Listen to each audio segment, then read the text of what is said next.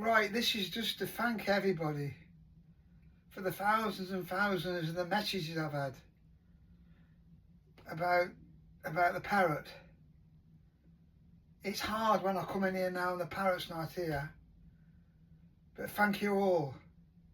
You know, it just shows there's so many lovely people out there what have probably been through the same as me, and it's hard. I mean, I sit here now and I've got one of his tail feathers there. That's his tail feather, little red one. So yeah, but yeah, you know, it is hard.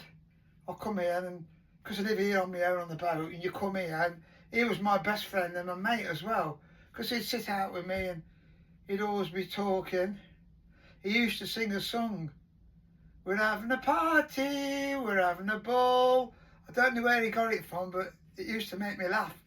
And when I was travelling on the canal, if you stopped for a pub, he'd have to come in the pub with you and he'd sit on the bar, and he was happy as Larry. Yeah, he loved it. He loved being on the boat.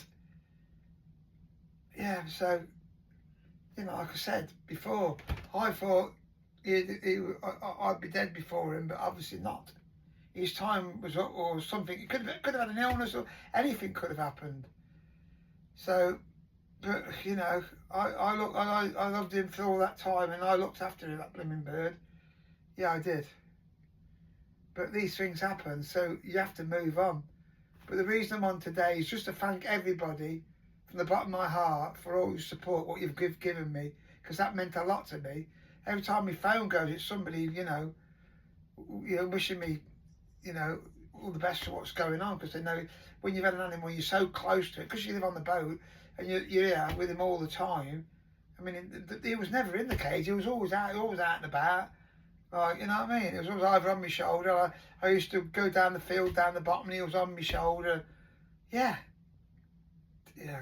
So that is hard, but thank you all so much. Looking forward to this year, to going out in the boat, and I'll put videos of that on, because last year we couldn't go nowhere really because the canals were all dried up. But hopefully this year we'll have a bit more water and I can go out and I can start video. I'm going to go out for a few months, maybe 4 months or something like that, and just go travelling. I've done that before. Went down to Liverpool. It's a long story, that is. I went out for 2 weeks. I was going to go out for 2 weeks. Anyway, I got to Birmingham from the Midlands, from Rugby sort of side. And then I thought, oh, I'll just go on to Stoke-on-Trent. Got to Stoke-on-Trent. Next thing I know, I'm going through the Aircastle Tunnel. And the next thing you know, I'm on the Anderton boat lift, and I'm on the River Weaver. Well, the River Weaver is when I first bought the boat. It was on the River Weaver. So basically, I was on the River Weaver for 2 years. The bloke had a bungalow down there, and there's some caravans, and he used to keep my boat there. It was great, you know. All the people there were great. And it was, look, for me, coming from the Midlands, going down there every weekend. I used to go down there on a Friday and come back Sunday. Hell of a drive down there, but I enjoyed it.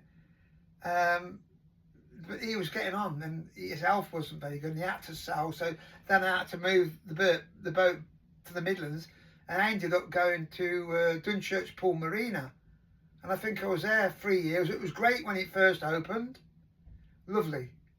And after I'd been there 2 years, then it come more commercialised, where they were taking boats out and they were blacking boats. It was great for people and all that. I know they've got to make money, but for you keeping your boat there, it just put me off. I didn't like it.